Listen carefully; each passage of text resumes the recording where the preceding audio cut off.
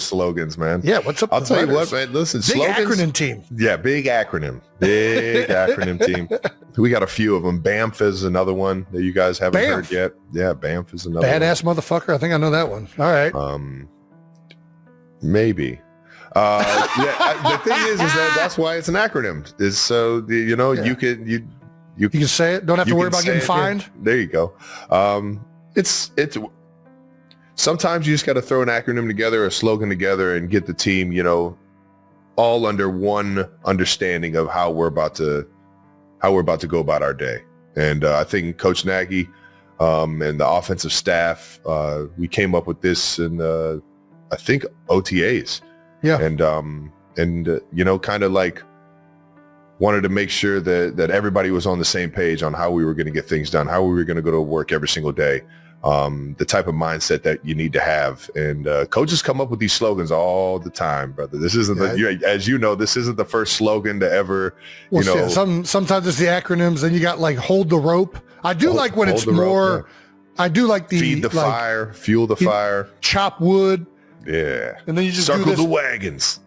There's a nice little when you have a team motto, and I think it comes from Navy SEALs and military world where you have a one-word phrase and it just snaps people back into locking in, right? Yeah. And that's what this is usually used for. Do you remember ours at Cincinnati? Def Woo, baby. DEFWU. Don't ever fuck with us. Yeah. Broke it down. That was a big Derek Wolf. Was that Derek Wolf or was that a big red thing with Zip? Do you remember? I don't know where it originated, but it was definitely that Eastern Ohio Valley. Yeah, exactly. But yeah, that was a big one for us. Yeah, the acronyms are always fun for sure, especially if you get a good one. Yeah, you get a good one, throw it on a T-shirt, everybody's fired up, and that's what it's about. Is that everybody's bought in, everybody's saying it, everybody has that type of mentality, and when you get everybody to buy in, having fun with it, man. That's what it's there for, man. Not only you guys AAF on offense, you're AAF on defense. The defense has only given up 7 points in the last 8 quarters, 24 points in the last 3 games. Yeah. They're getting it done, baby. They're rolling right now. They were giving up some yards in that first half, but when players had to make a play, there was Trent McDuffie had a tackle on a 2nd and 1 where he just broke on a little rub route and just made a hell of a fucking play. Trent's a fucking dog, man. Also, shout out to Zach Ertz, Washington Commanders. The other 36, was he 36 too? He's definitely year 13. I think he's 34, turning 35 maybe. All right, a little bit younger. Yeah, he was a four-year college guy. 4-year college guy. There you go. Yeah, Stanford. Yeah, he might have been 3. Shit. Not just any college. Yeah. Shout out to Zach Ertz. Joined Tony Gonzalez, Jason Witten, Travis Kelce, Antonio Gates, and Shannon Sharp to become only the 6th tight end in NFL history with 800 career reception. Yes, sir. Me, obviously, everybody knows me and Ertz came in 13 years ago. Same draft class. 2013. And to see him still fucking doing it, man. We saw each other before and after it, man. And man. I just cherish every fucking game I get to play with that guy, man. Or get to compete against him, man. Yeah, absolutely. I got a lot of great memories from Zach. Got some hardware to share, too. Anything we missed about the game? Chiefs? No, man. We're rolling, baby. We're rolling. We got a big one this week against Buffalo on a short week, man. And the Bills got rolling again this past week. They were part of that, some of those blowout games that we saw on Sunday. And they put up 40? Is that right? Yeah. I mean, they can score with the best of them, baby. James Cook had over 220, 30 yards, something like that. Getting him the ball is pretty goddamn good. It's good strategy. Good strategy, yeah. So hopefully we can slow that down and keep putting up points like we've been putting up over the past couple of weeks.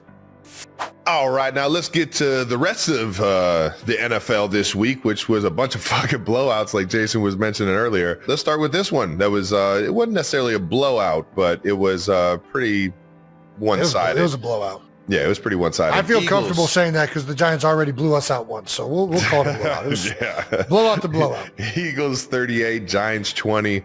Obviously, one of the biggest storylines of the NFL is Scadaboo had a pretty aggressive ankle injury. Sending all the love to him. Hopefully he can get back, man. The NFL absolutely loves a motherfucker like that. Just a tough as nails dude. Hopefully he gets back in tip-top shape. Big Dom DeSandro sent over some pizza and cheesesteaks. I mean, the guy got a standing ovation as he was getting carted off. Nobody wants to see one of the most loved players in the league get hurt like that. And obviously what that guy's meant to football over the past couple of weeks has been pretty fucking fun to watch. So hopefully he gets back healthy and back to running dudes over and being the epitome of a fucking NFL football player, man. Yeah, man. I think that you saw, like, the link can be brutal to opposing players and fans. Especially like I've seen rival teams. Yeah, I've seen the link not handle opposing players getting injured well before, and I don't think it was intentional. Like, I think they're just excited about a big hit or something happening. But it was so apparent how much respect everybody in the NFL has for this guy and how he plays the game. Like, he got a standing ovation getting off the field. Like, very excited to see the future that Cam Scadaboo has in this league. And in such a short time to entrench yourself with that much respect in this league just shows. I try and tell young players this all the time. Like, players like, oh, the fans are on me about this, or, I'm getting unfair criticism. Dude, if you just go out there and you play with reckless abandon, you will get cheered. Like, and I bring this story up all the time. Zach Ertz got crushed for a week or whatever. The first catch he had, he went out there and he ran through like 3 people, broke 3 tackles, and it was like being carried forward. And you know what happened? You know what the fans did? They fucking erupted in cheers. So I don't want to hear like, oh, like they're saying mean things. Like, motherfucker, you control it. If you go out there with great energy and effort, you will be loved in the sport of football. That's one of the beautiful 100%. things about the sport. Yep. People love guys that just have relentless motors. So that requires zero talent. That's just the reality of it. That's so spot on, man. Well, get healthy, big guy. Enjoy those cheesesteaks Dom dropped off. But let's get to this game. Initial thoughts on the game, Jason? I mean, this is exactly what we've been waiting to see. I mean, we've known that the Eagles are talented and that if they can play up to what they're capable of, that they are a very dangerous team. And obviously the Giants have been clicking. They've been playing well recently with Jackson Dart, Cam Scadaboo, although he left early. And I do think that took some wind out of their sails. The Eagles are rolling right from the get-go. It started with the second play of the game with that Saquon Barkley huge rushing touchdown. It never stopped. I mean, we've been waiting to see the ground game get going. And a lot has been made about Jalen Hurts in the passing game. And that started to get fixed the last couple weeks. But I don't think people really realize how much when you're running the ball well, it just makes everything go. Right? Your play action passing is better. You're in less third and long situations. You're in more third and manageable even when you get to them. And it just makes the rhythm so much better. And the Eagles ran the ball so freaking well. Landon Dickerson is fine. It looks like he's fully healthy, and he's been there for the last couple weeks. Brett Toth was in for Cam Jurgens being injured from last game, and he went in and played center in the Vikings game without any reps during the week, and it wasn't the best outing, right? That's a tough situation to be thrown into, right? Like, you work on guard and these other things all week, and all of a sudden you're live in the game doing the snaps. And he bounced back, man. There was a lot of criticism all week about the previous game and one of his games at guard, and he honestly was one of the best players up front for him throughout the day. He had a bunch of crucial blocks. He did well in the combinations. He had a lot of fold schemes, pulling around, making blocks at the second level. And something else that I think doesn't ever really get talked, and I know this just because I know Brett, he puts the line in a really, he's going to make sure the calls are right. And that is such a big part of having a backup going at center. Because if you're not all on the same page, it's not communicated well, it can like make everything fall apart. Fuck yeah. And you could see that those guys were in sync and that everybody was on the same page. And that's half of being successful in the run game. 9 times out, especially if you got great players, which the Eagles do. You get bodies on bodies, baby. You could give a guy like Saquon a chance, man. We're rolling. Brett, you got to give him his flowers. And I know Philadelphia already had an outstanding game. It's no secret that Patrick Mahomes' powerful arm is a huge part of his game-winning and Super Bowl securing success, given his exceptionally strong and accurate throws that lead the Kansas City Chiefs to victories time and again. Now, imagine getting hit with one of the balls the 30-year-old quarterback been known to launch at a speed of least 62 miles per hour. That's exactly what happened to a camera operator who was sitting in the end zone at Highmark Stadium in Orchard Park, New York, during the Chiefs' 21-28 defeat against the Buffalo Bills on Sunday, November 3. At one point in the game, Mahomes attempted to reach tight end Travis Kelce with a throw. However, the incomplete pass resulted in the errant ball striking the cameraman, who fell to the ground immediately upon contact. Confirmed, he's okay. Grinning face with sweat, the NFL captioned a now viral Instagram video of the incident. The comment section, to no surprise, racked up a mix of reactions from fans. The camera operator, Justin Schwab, even identified himself in the comments and in a comedic video shared to his own Instagram account. "Hey, that's me," he simply wrote beneath the clip. Schwab goes by VidsbySchwab on social media. He is a live content correspondent, LCC, for the NFL and is based in Buffalo, according to his Instagram bio.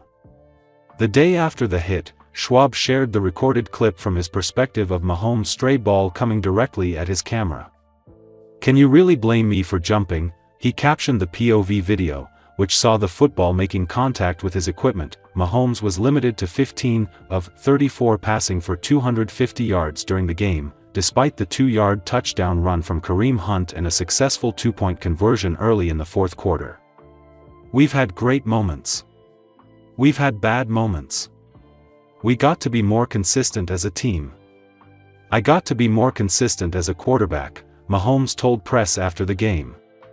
"You got to learn from it fast. It's going to be an uphill battle when we get back, but I think our guys are up for it." The Chiefs fell to 5-4 with the 28-21 loss to Buffalo in Week 9. Next, the Kansas City Chiefs take on the Denver Broncos on Sunday, November 16th. Philadelphia Eagles legend Jason Kelce has been on quite the journey in his career since he retired from the NFL in 2024.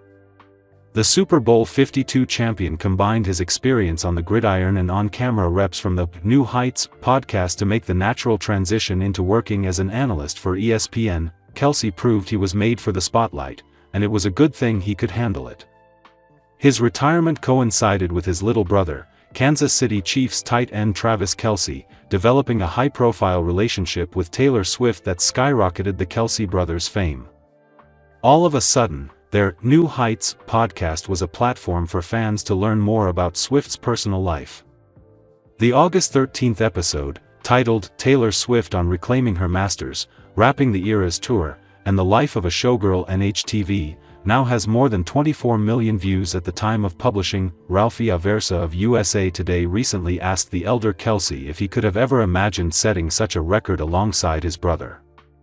Kelce gave all the credit to his future sister-in-law, stating, "Taylor killed it."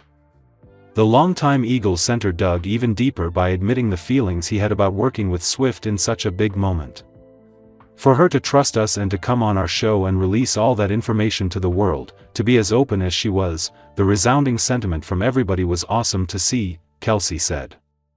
"More importantly, we're happy that it worked out. If that wouldn't have worked out, we would have felt really bad." Jason's fear was far from realized. Beyond the world record they set, the Kelce brothers received praise for making Swift feel comfortable in a long-form interview, something that has been a rarity in her 14-time Grammy Award-winning career.